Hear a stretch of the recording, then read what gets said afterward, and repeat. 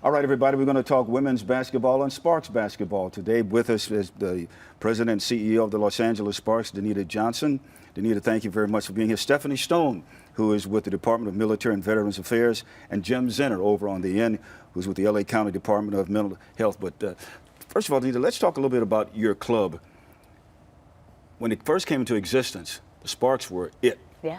But now you've hit a little dip like all athletic teams do, and now you're trying to bounce back, right? Yeah, I mean, I think that's probably a little bit on the court. We've had a lot of injuries this year, but I think we are making our way back, and we're super excited about it. Hopefully this second half of the year, some of our key players will be returning off of injury, which will be great for us. Definitely has affected us a little bit on the court, but we're still going strong. I think moments like this are what make teams. You know, we have a great combination of veteran players and lots of young players, so it's like the young players having the opportunity to get this much play time in this early in the season, I think is going to be great for us in the long run. So, hey, sometimes when it seems bad, it's not always so bad. And from a business side, we're doing amazing, leading the league in attendance. So, huge strides for us going into the season. That is amazing when you say you lead the league in attendance, especially when you consider we are in the sports capital of the world. Absolutely. What are the Sparks doing to kind of carve out your own niche, because we have all these other great professional teams here that are demanding so much attention? Yeah, I think it's staying true to who we are. You know, at the beginning of the day, we're a basketball team, but at the same time, we're a team that serves our community. And so for us, it's not only about basketball on the court, but how do we, in this great mecca of sports of LA, how do we find ways to also enhance our community? And for us being the only women's team in the state of California, first thing we do is think, how do we help other women in the community? And so most recently, as of last year, we started our mental health awareness game last year, and it has developed into, and blossomed, I would say, into this amazing partnership with the Department of Mental Health and the Department of Military and Veteran Affairs that really focuses on overall well-being, both from a mental health capacity, physically as well, and for female veterans here throughout LA. And of course, you'll be really happy when Candace Parkers is at full stream, full health, Yes. and ready to roll, because, you know, as she goes, so go the Sparks. Yeah, nothing like having Candace Parker back on the court. We're excited to see her return. You mentioned something that's very important, and that is getting involved in the community. Yes. And that's very important. And I would imagine that's where we lead in, and when we talk to Stephanie and to Jim. Stephanie, I'd like for you to talk just a little bit about your association, your affiliation with the Sparks, and how you two came together, and what do you want to accomplish? Well, originally it was last year as part of the Mental Health Awareness Day. I was invited to come out and speak to represent women veterans and the issues that we have as a community. We've been running a LA County Women Veterans Project and program since 2014, and it's been very successful as we would define it, which is really reaching only a very small percentage of our community. So we were excited when last year Danita and the gang came to Bob Hope Patriotic Hall, our headquarters, and asked to partner with us to try to reach more women veterans in the community through greater awareness and projects that would bring us to the home games as well as out into the community. How surprised are you at the success you're having? Oh my gosh. Oh, it's very surprising, largely because it's a difficult community to reach. As I said, we've been running our program since 2014. We know what our challenges are, both on a local level as well as on a national level. So Los Angeles is not only a sports mecca, but we have the largest population of veterans in our community and one of the largest populations of women veterans in our community. And yet we know we only reach less than 10% of those women. And so when we are able to bring bus loads over to the home games, and they're excited, and they're not only excited to be there at that game, but looking forward to be a part of the next game.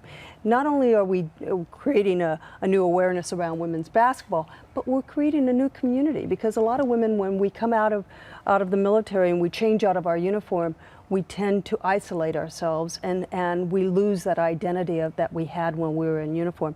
Now we're part of a larger community, the community of Los Angeles, the Sparks community, and the community of Spark the True You. And Jim, as far as the mental health issue is concerned, there's a lot of people that really don't know exactly what they can do in order to help, right? Yeah, that's one of the issues, is where do I get help? Something's going on, I don't know what it is, life's kind of unraveling. Who do I reach out to? Where can I get help? What's help going to be like? is it me just being weak? And so really events like this and the partnership with the Sparks allows us to enter into another access platform, a group, an audience that we wouldn't typically reach, and to be able to reach out and say, this is how you get help. This is where you can go. This is how you get a hold of us. I think that's a huge benefit to our partnership and really pays dividends for a population that's really hard to reach, like Stephanie was mentioning. Speaking of reaching, who reached out to who? How did this friendship relationship get started? It actually happened with our staff members. We had two of our staff members, Patrick and Daniel, initiated our first mental health night last year. And so it started with them wanting to kind of put this place together. And one of the things we try to do within our organization is like, let's try new things. Let's find things that are topics that are a part of our community, and how do we help use our platform to engage in those. And they put together, and I remember it was the first time they did like a yoga segment before the game, and really that was like the initiation of this whole entire project. It was one simple act that led to a bigger act, and I think that's the beauty of the partnership. It's almost like that could be the motto for this particular relationship. One single act can lead to another. Absolutely. I love the fact that one of the things that was brought to us was they want to become the tip of the spear, and I say they being the Sparks. There have been other professional sports teams that have recognized veterans in the moment. It'll be a veteran of the game, or will have a mental health awareness. But the Sparks are really taking it a step further, which is to say it's a year-long process of recognizing the challenges that women veterans have, bringing together a community of resources and the community as a whole to be able to help create another community for our women veterans. And so not only are we doing it here in Los Angeles, but from my understanding, it's the Sparks' intention to be the tip of the spear, to challenge the WNBA to go further. So yes, it starts with an introduction, it becomes an attendance at a game, then it becomes an attendance in the community, then it becomes a larger community process. And women recognize, and women veterans recognize, that just because I come out of my uniform doesn't mean I've lost my identity. In fact, I have a new family, if you will. And Jim, from a mental health standpoint, this can really help to re-energize your particular department as well, because when you know the Sparks are there, and it makes you feel a lot better about what you're trying to do. Yeah, absolutely. I think for the military coming out, athletics and staying active is something that's natural to us. And we think, getting a lot of veterans together, and particularly women veterans, they start talking amongst each other, and they help make it okay to get help. They realize that they're not alone. And there's a lot of that going on as we're getting more and more women veterans together. Do you have to sometimes convince these individuals of the opportunity that they have? Because a lot of times when you offer help to someone, they just kind of shy away from it because they may think you have some ulterior motives yourself. Yeah, that's correct. So we're very persistent about the outreach and engaging. If somebody says no, we don't always take it as a no and leave it at that. We'll continue to reach out and having venues that we can continue to socialize and meet and encourage people to get help. That's helpful, and that's why our partnership with Military Veteran Affairs is really important, because sometimes people reach out for benefits because they're hurting economically, but it's because of a mental health issue that they're not able to function at work and things like that. So we really work together to, if somebody comes in for benefits, work with them to see if there's a mental health issue, and if there is, refer them over to us, and that's where we can start the follow-up, the persistent follow-up. No doesn't always mean no forever. Stephanie, where do you get your energy from? Where do you get your drive, your dedication to this program from? So I spent 20 years in the military as a Navy hospital corpsman. It was an opportunity for me to serve my community of the military members. I think that I get that. I feel like this is just yet another opportunity to serve, to be a servant leader, if you will, for my community, but also working with these two individuals.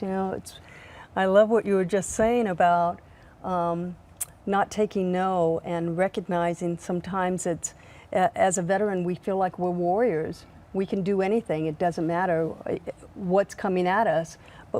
But in fact, we do need the help of our shipmates or our fellow soldiers, airmen or Marines, and it's coming out to the games. I don't know if you've ever been to a Sparks games, but boy, I was not aware of how much energy happens out there on and off the court. So being a part of that experience, you get excited and you want to come back to be a part of that. And then as a veteran, again, we feel like we owe it to ourselves to reach back and help the next vet up. I had too. You know, I think this is one of those things where when you see all three organizations up here represented, we know that in this space we can't do this alone. Yeah. We couldn't go and do this campaign without these other two sitting next to us, right? And so it's that kind of community that we've created from the top to then be able to offer services throughout the community. And I think one of the beauties of this program is that we're doing 12 different events throughout the year. We've done a few already. Our next event is coming up on the 30th. So we'll have another event. And all these events are events for women and their families to actually come and get access to services. Each of them have different topics. The one we just did this past week really talked about overall well-being, nutrition. We had our trainer come in and actually do some of the segments. And so it's like we're creating these atmospheres that, okay, let's say we start with a small group. Every single time we do an event and we create a safe haven of an environment, the more opportunity to bring more women in. And I think that's together of what this campaign is about. When we say spark the true you, maybe it didn't spark on the first one. Maybe it takes a second or third opportunity to really get engaged. But every single time that we engage and we do these different activities in the community, we have the opportunity to spark the true you with inside of these female veterans. And that's our overall goal. It's about them. We're just using our platforms to give them access. And speaking of them, your players love this idea, this program. don't they? Absolutely, absolutely. They've been so supportive, and I mean, as female athletes, there's a lot of similarities between what they go through and many of the female veterans as well, and I'll let Stephanie definitely speak to that, but we're doing something that's more than just basketball. It's bigger than basketball. We get to actually help impact and change lives beyond the court, and so that's what we believe in. And I think, you know, you hear so much in the news today about how people use their platforms and how do you create these environments of change. Well, this is our effort in helping to create environment through change through our platform. You know, one of my favorite sayings, and I've said it, you know, many times before, is by Dr. King, when he said, giving back to your fellow mankind is one of the most noble things that anyone can do. And that's exactly what the three of you are doing right now, giving back to your fellow mankind. I'd like for you to talk about that a little bit. Yeah, so I'm super excited to be here myself and be part of this partnership because I served in the military for 4 years, active duty, and getting out, it was a decision between law enforcement and helping people, and really helping people is what drew me into this field, and really going through some hard times myself, and now being able to turn around and help other veterans get opportunities to really advance their life and make it out the other end as they transition out of service. It's extremely exciting, and to have a powerful platform where there's so much positive energy, it really helps open people up because you just want to feel normal. Yeah. I'd like for you to talk about that same thing, Stephanie, because you know you're giving back to mankind or ladykind or giving back to all of us, really. Thank you. I think it's because somebody else did it for us. Somebody else did it for me. They reached back and said, this is the way you're going to transition out of the military. This is the way you can transition into LA County Department of Military and Veteran Affairs. You can do this as well. This is how we do these things. And they put the steps out there for you, or at least showed you where they were at. And now we have an opportunity to do it for the next generation. And I always challenge those that come into the program to say, now you know where these steps are. Now you have that responsibility for the next person. Reach back, reach out for the next generation coming out of the military, or that next vet that's looking for a job, or that next vet that's looking for their benefits. That's what we're all here to do, is to help out. And Danita, we'll give you the final word on how important this is to you, to your ladies, to this community, actually just to us all. I mean, this is why we do what we do. It really is. Like, if we're not doing this, we're not doing our jobs properly. So I think for us, this campaign means so much. It's the first of its kind. Nobody's ever done anything like this from our league perspective. So we get to be the first. And when we take that, and we talk about our overall campaign for the years, Lead the Charge, and combined with Spark the True You, we're trying to lead the charge in this and lead the charge in how you can effectively have change in your community. So you want this first to match the first in the standings. That's right.